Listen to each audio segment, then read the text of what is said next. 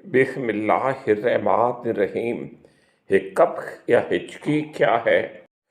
Chest اور بیلی کو ایک مسل سیپریٹ یا علیحدہ کرتا ہے جسے ڈایافرام کہتے ہیں۔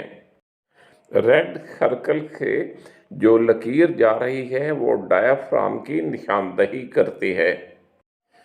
جب یہ مسل اچانک کنٹریکٹ کرتا ہے یا سکڑتا ہے، آپ ہوا اندر لیتے ہیں، آپ کا وائس باکس بند ہو جاتا ہے اور ہک کی آواز نکلتی ہے۔ ہچکی عام طور پر زیادہ سے زیادہ 48 گھنٹے تک رہتی ہے، لیکن کبھی کبھی اس کا دورانیہ زیادہ ہو سکتا ہے۔ ہچکی اکثر اوقات خود بخود ہی ختم ہو جاتی ہے، لیکن کچھ لوگوں میں یہ لمبے عرصے تک رہ سکتی ہے۔ ایسے لوگوں میں نیوٹریشن پور ہو سکتی ہے، ان کو تھکاوٹ ہوتی ہے اور ان کی بھوک کم ہو جاتی ہے۔ ہچکی کس وجہ سے ہوتی ہے؟ آپ سے ریکویسٹ ہے کہ اس ویڈیو کو لائک کریں اور میرا channel your health Urdu subscribe کریں۔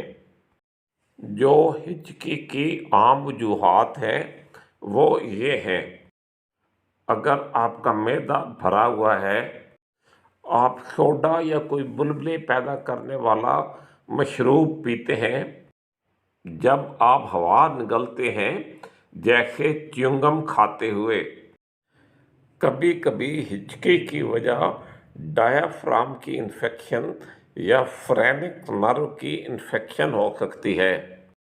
فرینک نرو کو یہاں پر ریڈ مارکنگ کے اندر دکھایا گیا ہے۔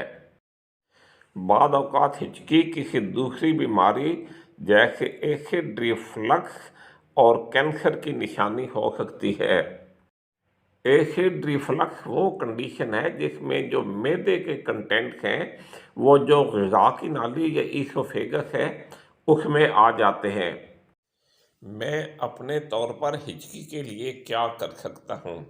آپ سے دوبارہ ریکویسٹ ہے کہ میرے چینل یور ہیلتھ اردو کو سبسکرائب کریں۔ ہچکی کے لیے کچھ چیزیں آپ خود ٹرائی کر سکتے ہیں۔ اگر ممکن ہو تو 5 سے 10 سیکنڈ تک اپنا سانس روک کر رکھیں۔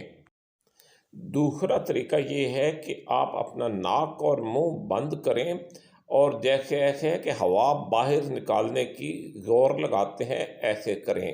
اسے تقریباً 5 سیکنڈ کے لیے کریں۔ آپ ٹھنڈے پانی کا گھونٹ لیں یا ٹھنڈے پانی سے غرارے کریں، یا آپ ایک لیمن یا نیمبو کو بائٹ کریں یا تھوڑی سی دانے دار چینی نگلیں۔ ایک اور طریقہ یہ ہے جو اس تصویر میں دکھایا گیا ہے کہ بیٹھے ہوئے اپنے گھٹنے سینے تک لے جائیں اور آگے کی طرف جھکیں۔